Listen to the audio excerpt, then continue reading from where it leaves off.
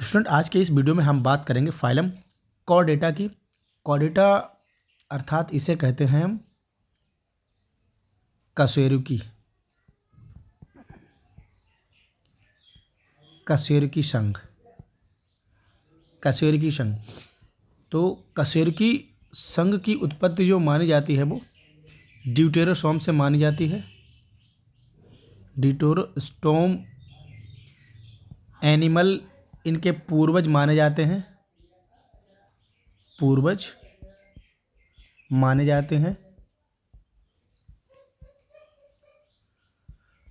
और जो Chordata bird था, यानी कॉर्डेटा शब्द जो दिया था, कॉर्डेटा बर्ड, ये वॉल्फोर ने दिया था। वॉल्फोर ने 1880 में ये शब्द दिया था।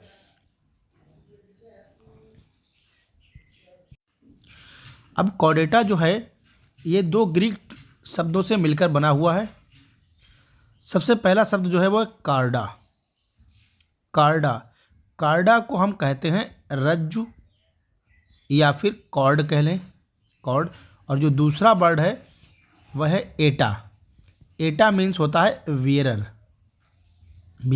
इस तरह से दोनों शब्दों को मिलाकर हो जाता है कॉर्ड वियरर। अर्थात अकशेरुकी जंतुओं में शरीर को सपोर्ट प्रदान करने के लिए, सपोर्ट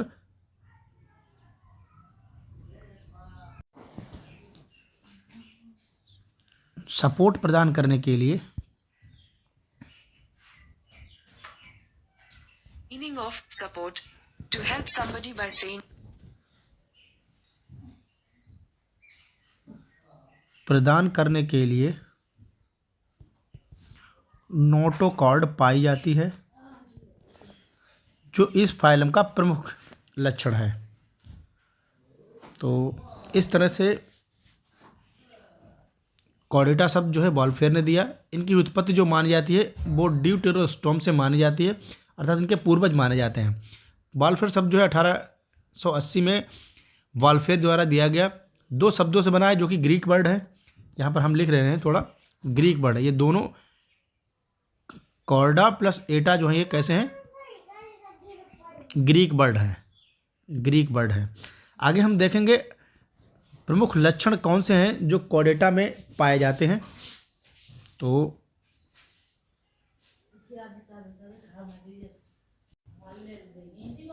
अब हम चलेंगे हेडिंग बेसिक फीचर्स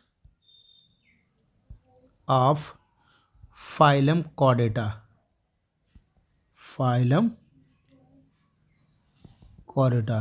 तो जो basic features of phylum Chordata है वो प्रमुख है। नंबर है प्रीजेंस ऑफ नोटोकॉर्ड।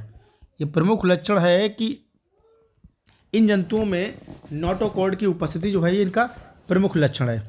इसके बाद दूसरा जो मुख्य लक्षण हो जाएगा वह होगा डोर्सल ट्यूबुलर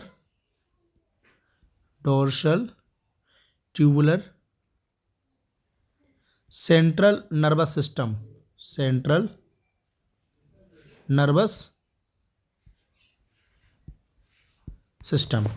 ये इंपॉर्टेंट कैरेक्टर दूसरा हो जाएगा dorsal tubular central nervous system, अर्थात पृष्ठ नालवत केंद्रीय तंत्रिका तंत्र। एंड जो थर्ड हो जाएगा वह हो जाएगा प्रीजेंस ऑफ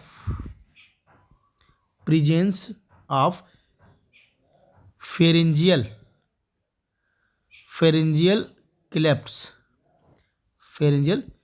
क्लेफ्ट्स, या इन्हीं को हम गिल स्लेट्स भी कहते हैं। Gills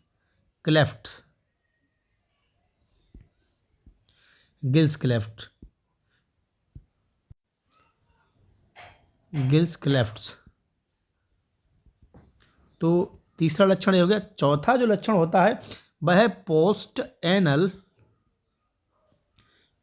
anal tail. तो कॉर्डेटा के जो प्रमुख लक्षण हैं उन्हें इन चार लक्षणों में डिवाइड किया जाता है। मतलब सबसे पहले जो पाया जाता है वह प्रीजेंस ऑफ नोटोकॉर्ड। सेकेंड जो होता है dorsal tubular central nervous system. और अगला जो होता है प्रीजेंस ऑफ फेरिफेंजियल क्लेफ्ट्स और गिल स्लेफ्ट। ये अगला चौथा जो है पोस्ट एनल टेल्स, ये इंपॉर्टेंट कैरेक्टर है जिसके कारण फाइलम कॉर्डेटा के एनिमल्स को क्लासिफाइड किया जाता है।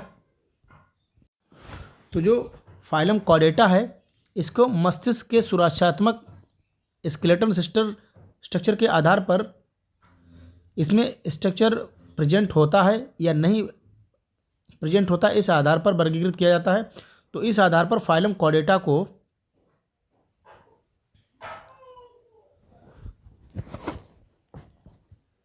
दो समूह में विभाजित किया गया है। संघ कॉर्डेटा को 2 ग्रुप्स में डिवाइड किया जाता है, 2 ग्रुप्स में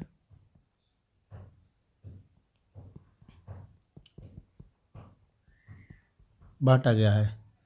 तो अब हम इसका आउटलाइन क्लासिफिकेशन देखते हैं। यहाँ जो रेड से लिखा जाएगा वो कॉर्डेटा के प्रमुख पार्ट होंगे। कॉर्डेटा उपस्थिति के आधार पर सुरक्षात्मक अंग उपस्थित होते हैं या कि नहीं होते हैं, उस आधार पर इसको 2 ग्रुप में डिवाइड किया गया। फर्स्ट ग्रुप अगर है तो वो है एक्रेनिया, या इसी को एक्रेनेटा भी कहते हैं।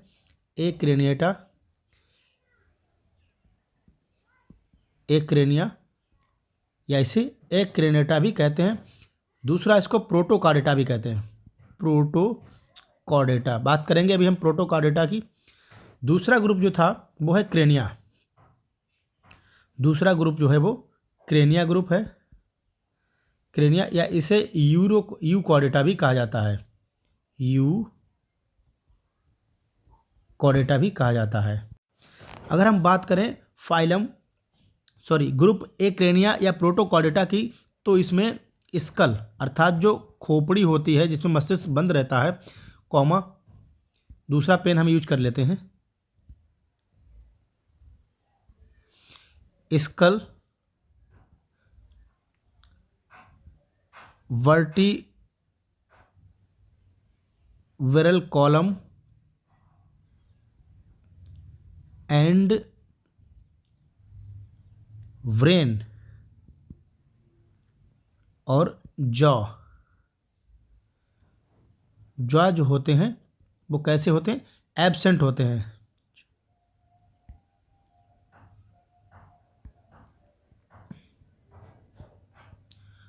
जॉ लेस एनिमल आते हैं। इनका लक्षण हो जाता है कि एक्रेनिया जो फाइलम है इसमें skull, vertebrate column and brain जो है एब्सेंट होते हैं। इसके अतिरिक्त इन सभी क्रेनिया या यूकॉर्डेटा एनिमल्स में ये सभी चीज़ें जो हैं वो प्रेजेंट होती हैं।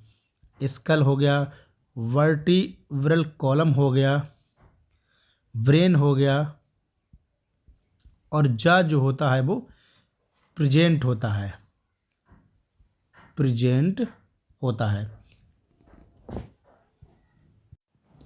अगर बात करी जाए एक्रेनिया की, तो एक्रेनिया को नोटोकॉर्ड के प्रेजेंस ऑफ लोकेशन के आधार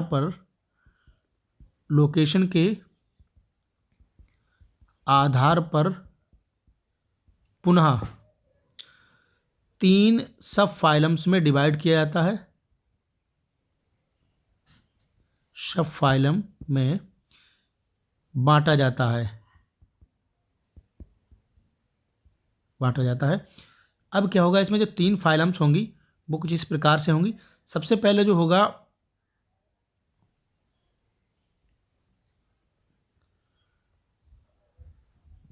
तो सबसे पहले हम लिखेंगे हेमिकॉर्डेटा।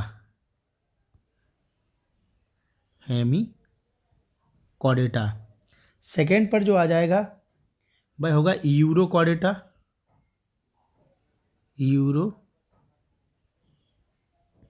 यूरोकॉर्डेटा एंड थर्ड पर जो आएगा वो होगा सिफेलोकॉर्डेटा।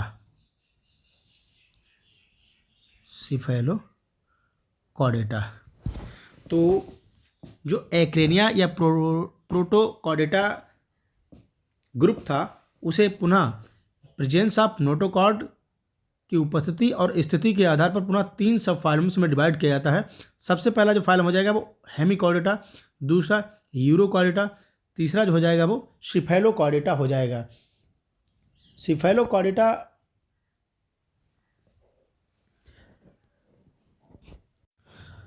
तो जो हेमिकॉर्डेटा है इसे पुनः 2 क्लासेस में डिवाइड किया गया है। सबसे पहले जो आता है एक क्लास वो आता है यहाँ पर आएगा एंटेरोपिनियुस्टा में डिवाइड किया गया, और दूसरा जो है वो है टीरोब्रेंकिया में डिवाइड किया गया है। 2 क्लासों में हेमिकॉर्डेटा को जो है वो 2 क्लासों में डिवाइड किया गया है, एंटेरोपिनियुस्टा और दूसरा जो है वो टीरोब्रेंकिया है।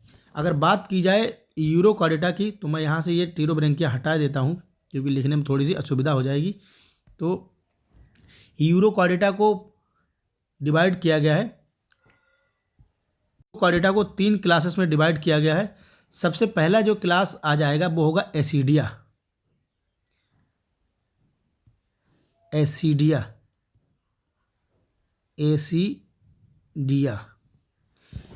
एसिडिसिया, ठीक है, एसिडिसिया में डिवाइड किया गया है। दूसरा जो है वो है थैलेसिया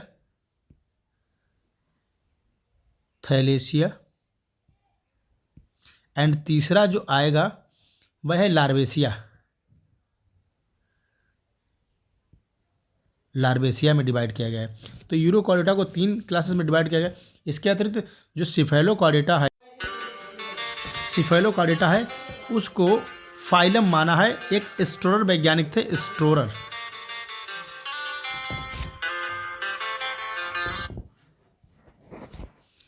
स्टोरर वैज्ञानिक थे, उन्होंने इसको फाइलम माना था। तो ये कुछ एक्रेनिया या प्रोटोकॉर्डेटा या क्रेनिएटा की क्लासिफिकेशन था जिसको इस तरह से डिवाइड किया गया था। अब हम बात करेंगे क्रेनिया या यूकॉर्डेटा। अब ग्रुप सेकेंड क्रेनिया या इसी को क्रेनिएटा भी कहते हैं। इस ग्रुप सेकेंड की महत्वता या इम्पोर्टेंस ज़्यादा है। तो इसमें हम देखेंगे क्योंकि इसमें बहुत महत्वपूर्ण सब फाइलम वर्टिब्रेटा को सम्मिलित किया जाता है, जिसके अंतर्गत 4 सुपर क्लास को सम्मिलित किया गया है। वो सुपर क्लास इतनी इंपॉर्टेंट है कि इनसे परीक्षा में क्वेश्चन जो वो आता है। तो ग्रुप सेकेंड क्रेनिएटा की बात करें तो इसमें यहाँ पर हम लिख दें, इसमें ग्रुप या इस ग्रुप के अंतर्गत इस ग्रुप के अंतर्गत के डिजिटल बोर्ड के रूप में मैं टैबलेट को यूज कर रहा हूँ, तो इस पर थोड़ा लिखते हुए समस्या हो रही है, भविष्य में समस्या दूर हो जाएगी। इस ग्रुप के अंतर्गत एक उपसंघ को सम्मिलित किया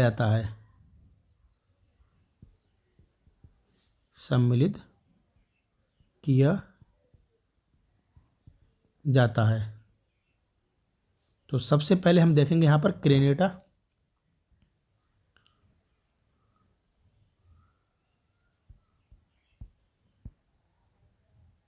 क्रेनिएटा के अंतर्गत जो सब फाइलम सम्मिलित किया जाता है उसे कहते हैं वर्टिब्रेटा।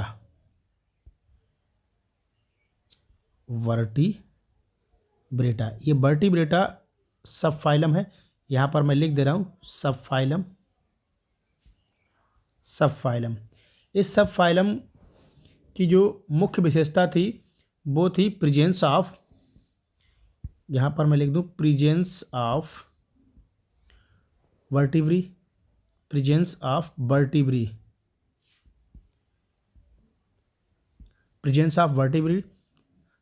अथवा इसी को हम कह सकते हैं बैकबोन, और इसी को एक और नाम भी दिया गया वर्टिब्रल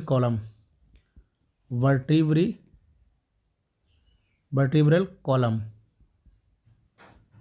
कॉलम। तो इसकी प्रेजेंसिटी के आधार पर इसे जो है पुनः विभिन्न प्रकारों में डिवाइड किया गया है, विभिन्न सब क्लासेस में डिवाइड किया गया है।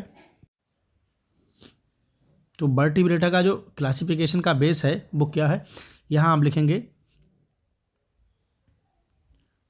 Basic of classification of vertebrata,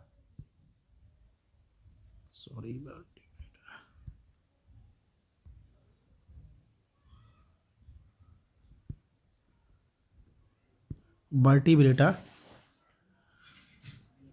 का वो है प्रेजेंस ऑफ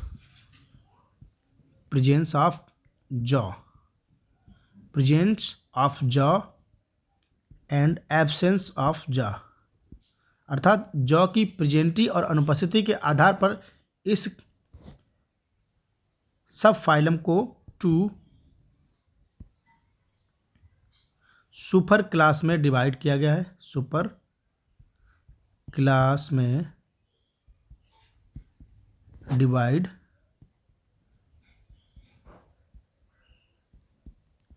किया गया है। तो कौन कौन सी वो सुपर क्लास है, सबसे पहले तो हम देखेंगे सुपर क्लास। तो जो वर्टिब्रेटा है उसका बेसिक क्लासिफिकेशन ऑफ वर्टिब्रेटा जो है प्रेजेंस ऑफ जॉ, यानी जबड़े की उपस्थिति और अनुपस्थिति के आधार पर वर्टिब्रेटा को 2 सुपर क्लास में डिवाइड किया जाता है। सबसे पहला जो सुपर क्लास हो जाएगा वह होता है एग्नेथा। एग्नेथा के विषय की अगर हम बात करें तो ऐसे जंतु जिनमें क्या आता था, जॉलेस, जिनमें जबड़े प्रेजेंट नहीं थे। दूसरे की अगर हम बात करें तो दूसरा जो सुपर क्लास था उसे नाम दिया गया था ग्नेथोस्टोमेटा, अर्थात जॉ जो थे वो पूर्ण रूप से उपस्थित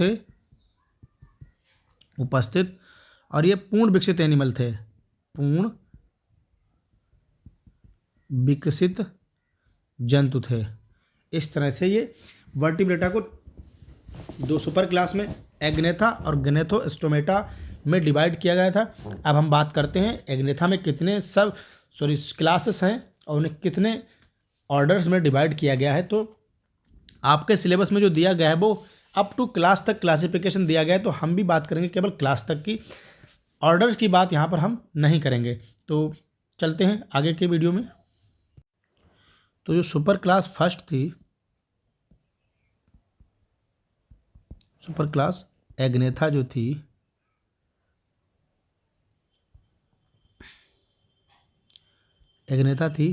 इसे 6 क्लासेस में डिवाइड किया गया। यहाँ लिख देंगे divide into 6 class. First class जो थी वो थी यूफेनेरिडा।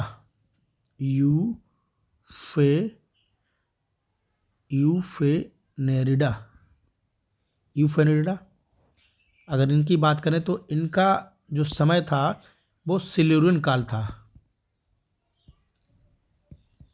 सिल्यूरियन पीरियड में माना जाता है।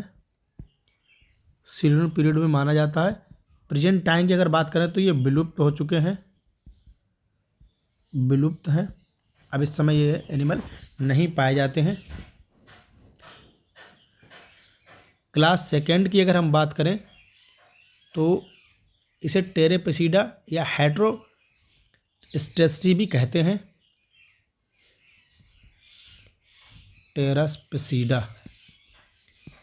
टेरेस्पेसिडा या इसे हेट्रोस्ट्रेफी भी कहते हैं।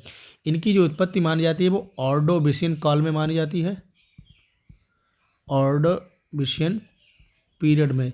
ये भी इस समय विलुप्त एनिमल हैं जो संसार में नहीं पाए जाते हैं। सेकंड की अगर हम बात करें तो एनेपेसिडा था। इनकी जो टाइम पीरियड था वो था सिल्यूरियन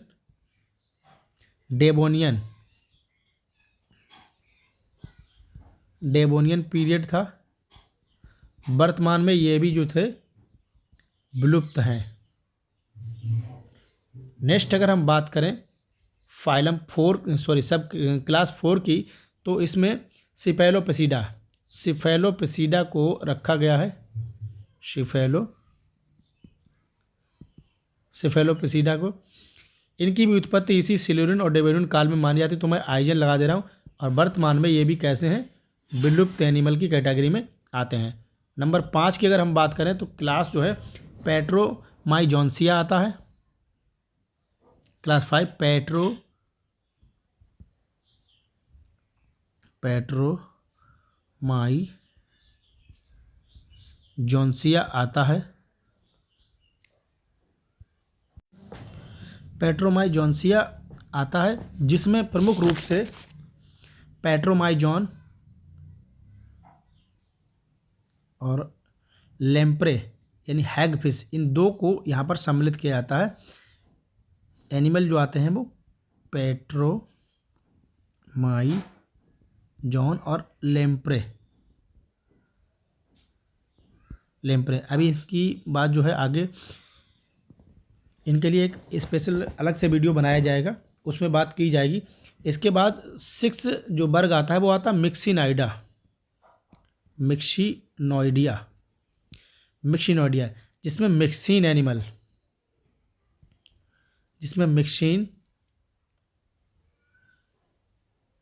या इसे हैगफिश भी कहा जाता है।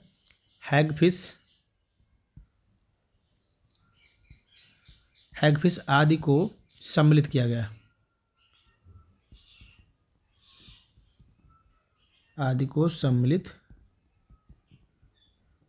जाता है। इसकी अगर हम बात करें सुपर क्लास एग्नेथा की, तो इन 4 जो यूफ्रेनिडा था, टेरेपेसिडा था, एनेपेसिडा था, सिफेलोपेसिडा था, इनकी अगर हम बात करें तो इसे हम ऑस्ट्रेकोडर्मी में रख सकते हैं। ऑस्ट्रेकोडर्मी में रख सकते हैं। और ये 2 जो क्लास थी लास्ट की, इन्हें हम साइक्लोस्टोमेटा में कह सकते हैं। साइक्लोस्टोमेटा क्लास में डिवाइड कर सकते हैं। तो जनरली जो वैज्ञानिक हैं उन्होंने इनको 6 क्लास में डिवाइड किया, स्टोरर के अनुसार इस तरह से रखा गया। और जो दूसरे वैज्ञानिक थे उन्होंने एग्नेथा को केवल 2 क्लास में डिवाइड किया था। वो कौन सी थी, ऑस्ट्रेकोडर्मी, और दूसरी क्लास थी साइक्लोस्टोमेटा। तो इन 2 क्लासेस में डिवाइड किया गया था। ऑस्ट्रेकोडर्मी में इन 4 वर्गों को रखा गया था, और जो साइक्लोस्टोमा था उन्हें इन क्लासों में रखा गया था। इसके बाद अगर हम बात करें महावर्ग ग्नेथोस्टोमेटा की, सुपर क्लास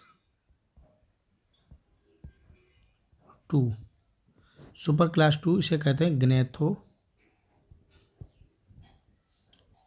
ग्नेथोस्टोमेटा। यहाँ पर हम लिखेंगे ये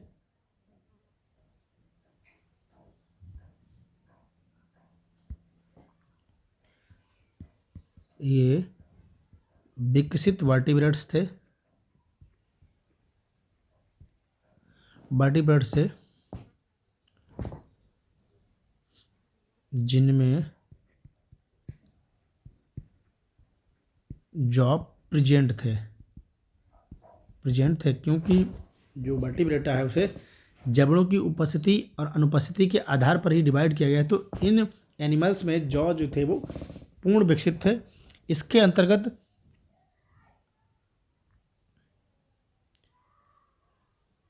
दो सुपर क्लास पुनः आती हैं।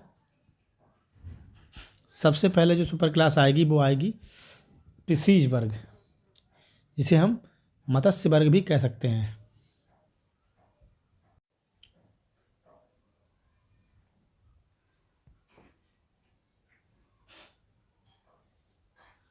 पिसीज वर्ग।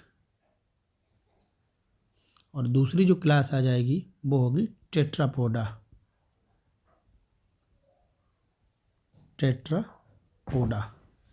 तो इन 2 क्लासों में डिवाइड किया गया था।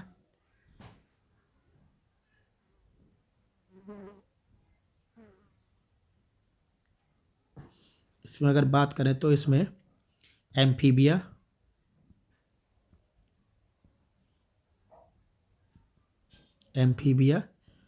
रेप्टाइल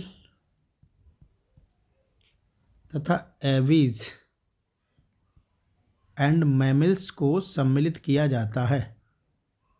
मैमल्स को सम्मिलित किया जाता है,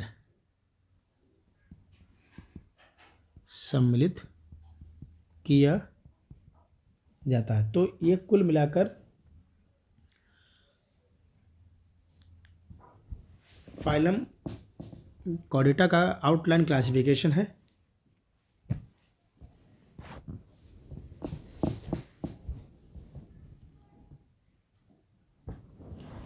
अब हम देखते हैं क्लास पीसेस में कौन कौन से आते हैं। तो क्लास पीसेस को लिखेंगे हम लोग यहाँ पर।